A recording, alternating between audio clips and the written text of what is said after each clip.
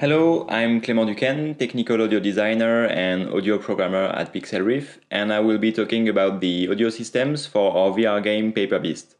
I'll be addressing several different topics ranging from simulation and physics to audio-based synchronization and VR spatialization. If you're not familiar with the game, Paper Beast is a VR adventure game where you're accidentally thrown into a poetic world in which new life is born from big data. And you will explore this world and slowly discover and interact with its ecosystem. Here's a short trailer to get a better idea.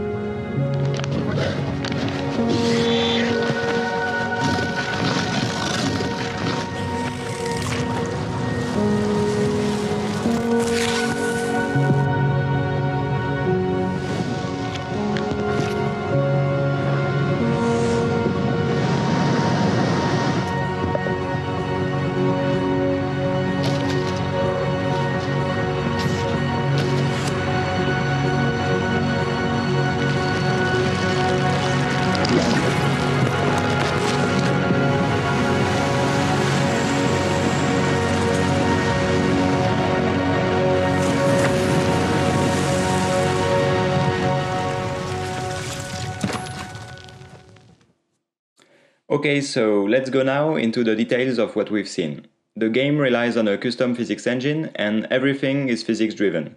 Creatures, plants, terrain, weather. The creatures have procedural locomotion. This means their movements are not written in advance but calculated in real time. They can slide if they are ascending slippery slopes, they can be carried away by river streams or struggle if their limb is caught by a predator. The terrain is handled with a fluid simulation. Water and sand flow dynamically, there's erosion, creatures leave their tracks, they can dig and create small dams. The weather is dynamic as well. You can have rain, sandstorms, and wind affecting the physics. It ranges from a small breeze making plants rustle to a big storm blowing creatures away and flooding the land. And all these elements can be interacted with. You can grab the creatures, lift them in the air, help them cross obstacles. You also have tools to manipulate the terrain and weather directly or indirectly. All these elements and features had many implications and were the starting point of the audio tech design.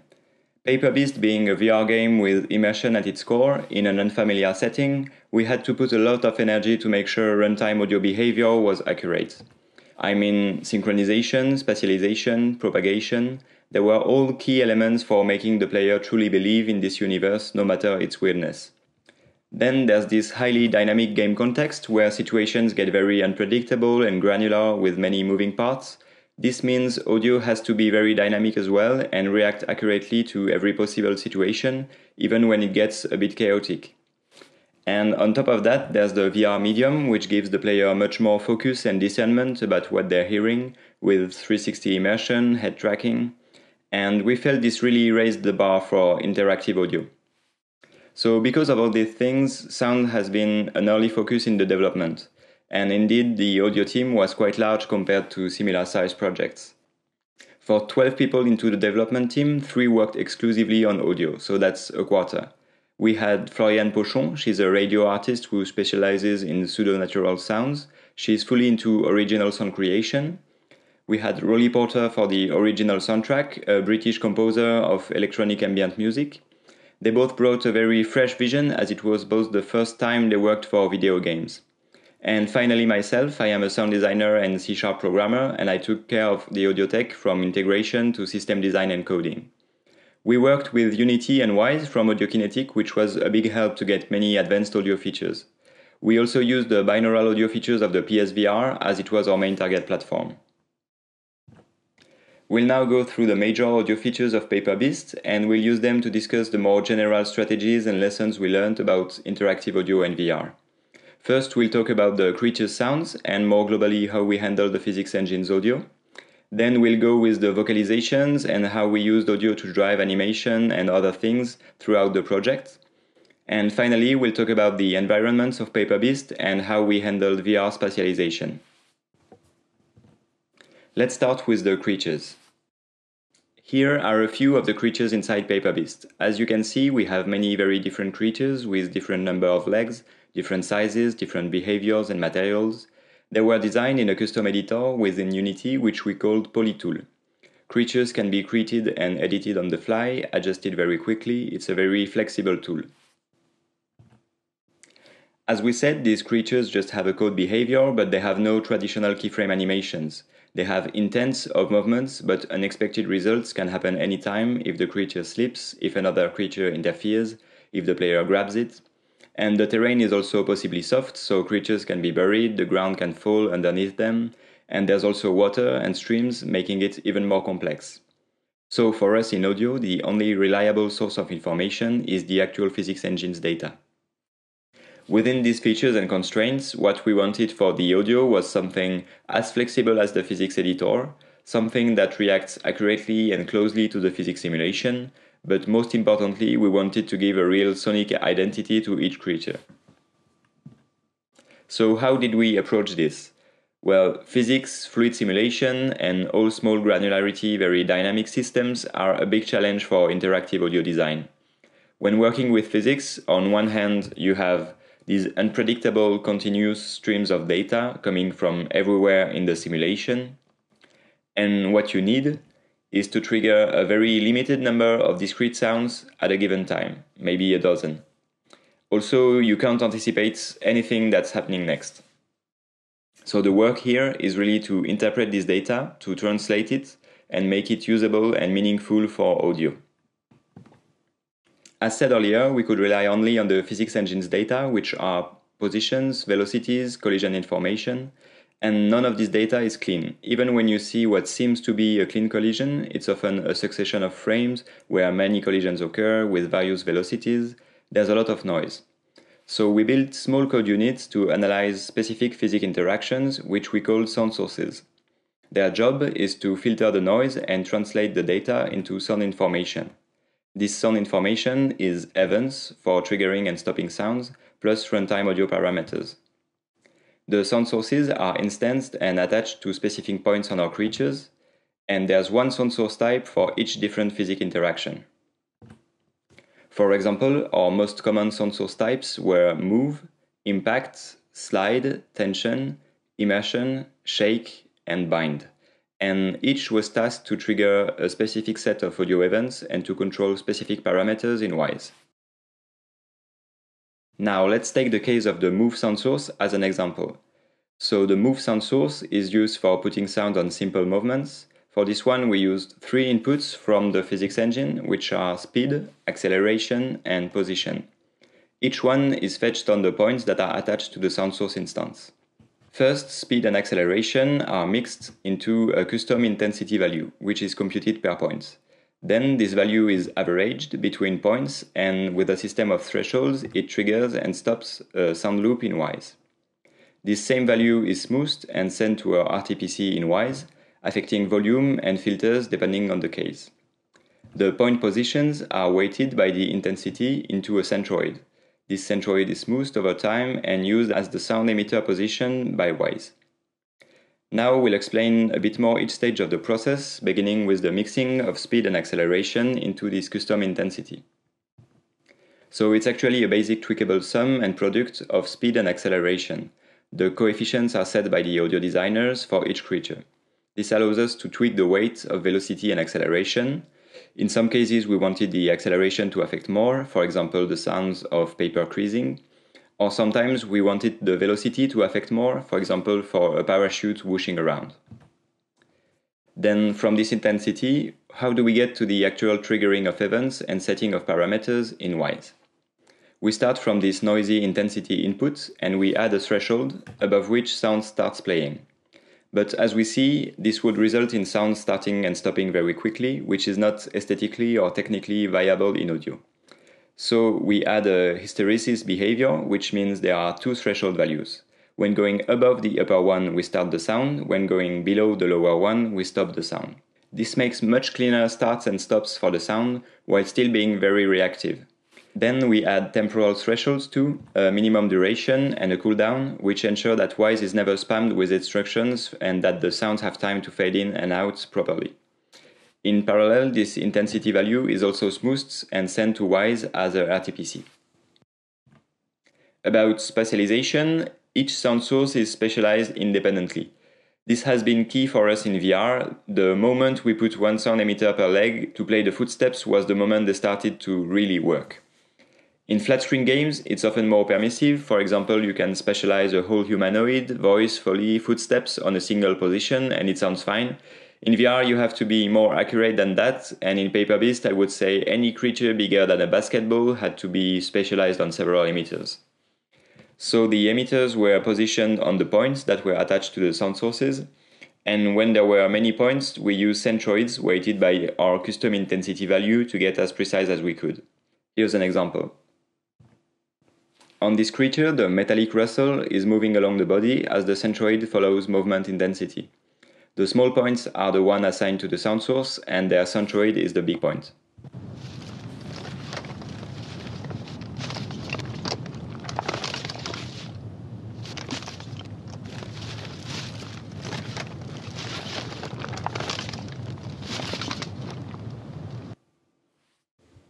So the idea was that to each creature we could add any number of sound sources assigned to the points we wanted.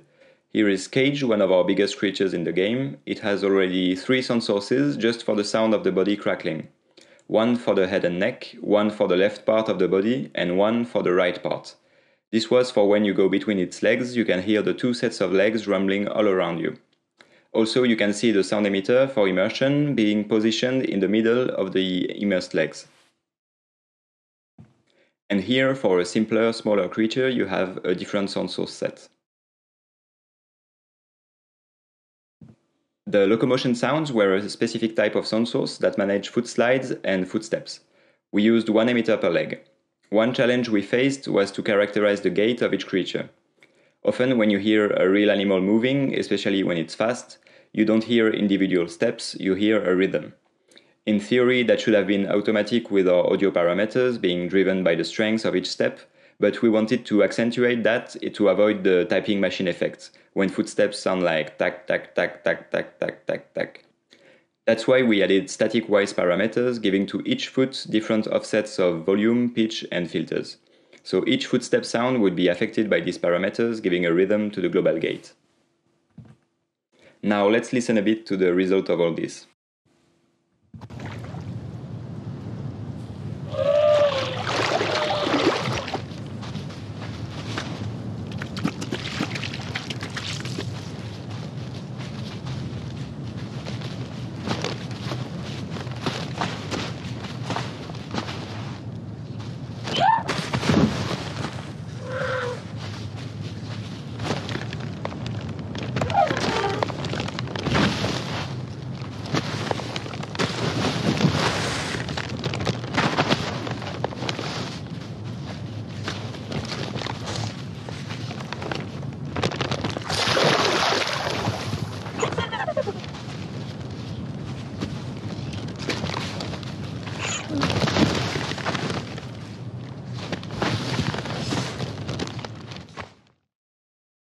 In the end, we would say these are the benefits of the method. The workflow is rather efficient. It was pretty quick to put sounds on new creatures.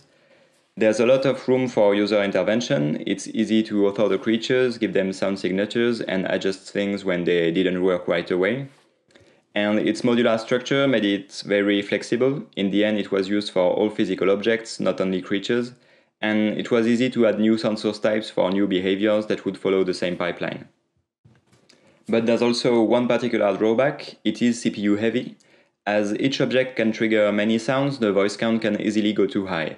And there's a limit to what WISE can do on that level. So we had to do a system for custom high-level voice management. It was a bit of work, but it was essential, and after that it made our life much easier. Now let's talk about the creature's vocalizations and how to drive animation and other things with audio. Creatures in Paper Beast vocalize when they are manipulated, when they are afraid or hurt or curious. So the vocalizations were a vital element in making the creatures feel alive and having the player connect with them. Our intention was to make them sound like nothing known and also nothing too distinctively vocal. Florian used a lot of non-vocal material, glitches, cardboard, flutes, pencils. Here are a few examples from the game. The Predator, Cage, Cotillon,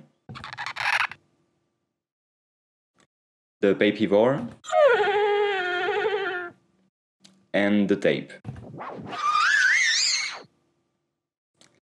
The challenge with these sounds was to connect them to the visuals. As the creatures both look and sound a bit out of this world, we had to give a little push so the player would recognize and accept these sounds as their voices without questioning. So we thought, as the creatures are very flexible because entirely physically simulated, and as there are no keyframe animations and no animators, why not drive their movements with audio? Our strategy for this was to bake sound analysis data from the vocalization assets. We made this choice so we could tweak the analysis data and so we could anticipate by knowing the data in advance. It also allowed us to ignore runtime attenuations and base the analysis only on the original sound files. Here's an overview of our workflow. First, we have the offline analysis where we extract pitch and volume information. Then audio designers tweak and mix the analysis curves with custom tools inside Unity.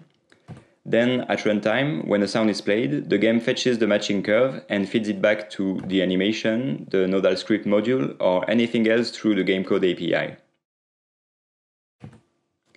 For the analysis, we used open source software, Sonic Annotator and Sonic Visualizer. With these two, you can visualize and batch extract almost any kind of data from audio files. In our case, we extracted amplitude, pitch centroid, and spectral centroid. The analysis batch was launched automatically from Unity.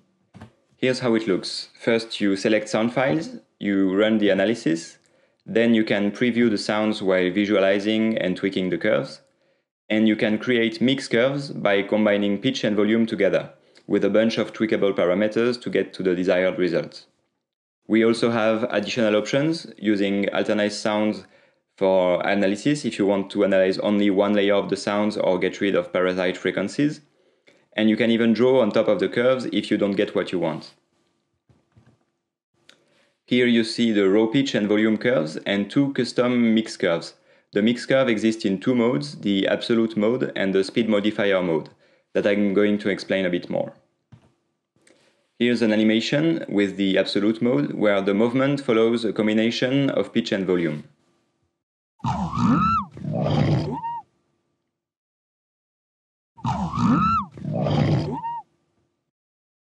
And here's an animation with the speed modifier mode, where it's the speed of the movement that follows a combination of pitch and volume.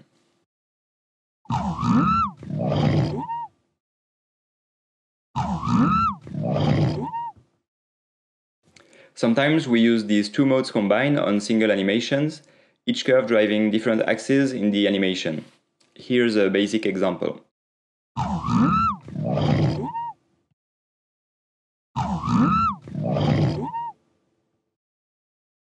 And finally, some in-game examples. Here's the tape howling.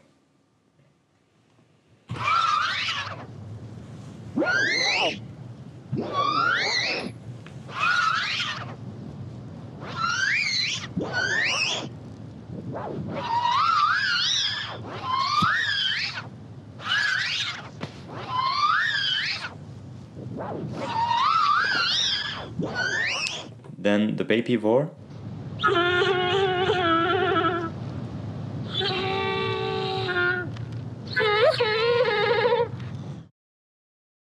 And finally, Paper Strip.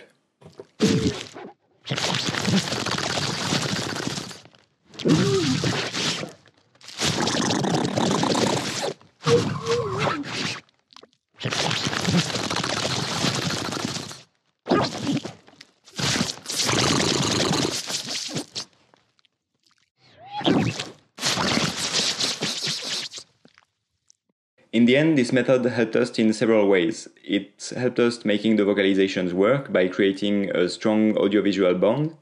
It offered us free diversity in the vocalization motion, as each sound file produces its own unique animation variation.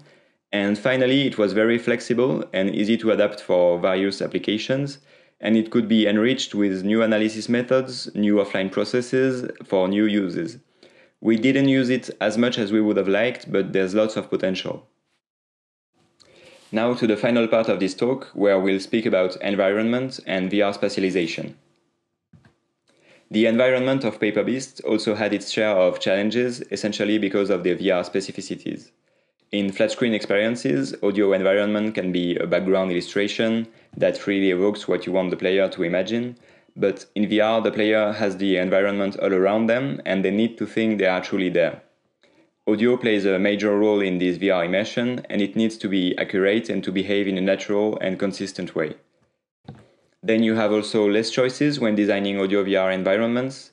With flat screen you can suggest a lot of things that aren't really there, but in VR you have to be very careful because there is no off-screen space. If something is heard, the player can just look and see if it's there.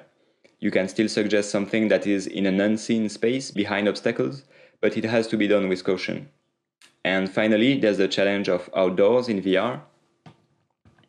Making natural sounding environments is somewhat easy when you are dealing with point sources, for example in interiors with a lot of machinery, electric devices. That's because binaural solutions provide good spatialization for point sources. But with outdoors, you have to deal with ambience pads, which is a bit less easy in VR. There's the ambisonic format, which works quite well if you are able to record your environments, but to design ambisonic pads from scratch for non-realistic environments requires a very specific setup, and it isn't very fast nor intuitive. So we searched for other solutions that we're going to introduce. Our strategy for ambience pads was to blur the spatialization. The goal was to make sure the player wouldn't feel like they're listening to just sound files playing. We wanted to trick the ear into believing the sounds were coming from the VR world itself. To achieve this, we combined several spatialization techniques, trying to find the right blend for each scene and each asset. First, we use static non-spatialized binaural recordings. They sound very natural and are easily accepted by the ear as real. When rotating the head, they can sound awkward, especially if there are prominent elements in the sound. So we use them for indefinite continuous textures like air tones or sand rustling. Then we used spatialized quads, so 4-channel sounds. They are easier to author than ambisonic, and they give a good sense of 3D depth to the scene when rotating the head. We had 4 emitters at high altitude for the 4 channels, each one with a bit of spread to smooth the rotation effect. Sometimes we use them with the binaural plugin, sometimes with the default spatialization. We also had an audio billboard mode to easily convert a stereo file to a quad pad. We would play the stereo file twice, with the second one sitting at 50% of the file. They would play on orthogonal facing emitters, giving the same result as a quad file. We used additional random effects to strengthen the 3D immersion and diversify the result, but we did this very carefully not to suggest world elements that should have been visible. Now, an important part of PaperBeast audio environment is the wind. The world of PaperBeast being quite barren, apart from the ecosystem, wind was a natural choice for being the main environmental audio character. On top of that, it was also a part of gameplay, so it really made sense to give it some sonic presence. But then the question was, how do we convincingly spatialize something that is immaterial, everywhere, and yet constantly moving? Here again, our strategy was to combine several spatialization techniques to try and make it feel real. We used specialized quads for the bass with a lot of asset variations for the different intensity across the game. Then we added the sound of wind buffeting in the ears. This was done with 2 voices playing in each ear, full left and full right. We made these voices react to head tracking with 2 individual EQs changing the filtering depending on the head orientation to simulate the wind entering differently in the ear depending on the direction. We also added 3D wind gusts with moving point sources circulating around the player and following the direction of the wind. When the wind is soft, they are almost inaudible, they only amplify the buffeting sound and other wind-related sounds. But in high winds, they are very loud and they give a nice physicality to the air rushing around you. Another feature is the global dynamic equalizer on the wind bus. The idea is that the frequency and gain parameters of the EQ are defined by the ambient zones. So they specially interpolate when going from one zone to another. We use this, for example, to muffle the wind when going in a covered space, or on the contrary, to boost the bass and gain when going on an exposed ridge. So we create subtle local changes that are very cheap to do, and they give an impression of continuous change. This prevents the player from feeling a monotony that would break the illusion and makes him believe that the wind is actually making this noise.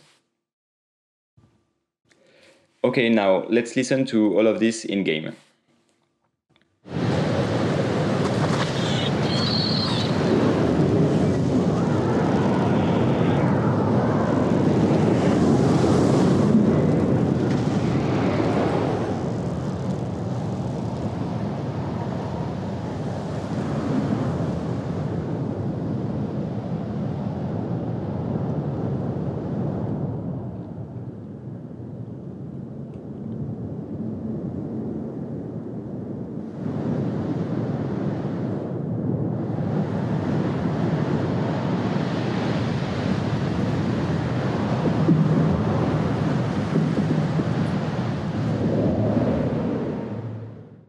Now for the reverbs, we tried again to convey a sense of space as much as possible. We used convolution reverbs and we added specialized reflections. The reflections enhance the 3D impression of the scene, which is very valuable in VR, but they also made it easier to highlight the different locations and different acoustics, which isn't always obvious with the limitations of impulse responses. We placed these reflections on the prominent topological features of the levels, big cliffs, big rocks, and there are plenty of those in the game. On the technical side, we used auxiliary 3D position buses in WISE, and we put them as children of the convolution reverb bus. Each of these buses carried an EQ effect and a delay effect. We would have liked to put variable delays instead of static ones to have a realistic behavior when going near the reflectors. We tried with heavy from Enzian Audio, but we didn't have time to get to the end of that, but it's doable. Still on propagation, we did a basic sound occlusion system that would measure the thickness of obstacles between the listener and the emitter.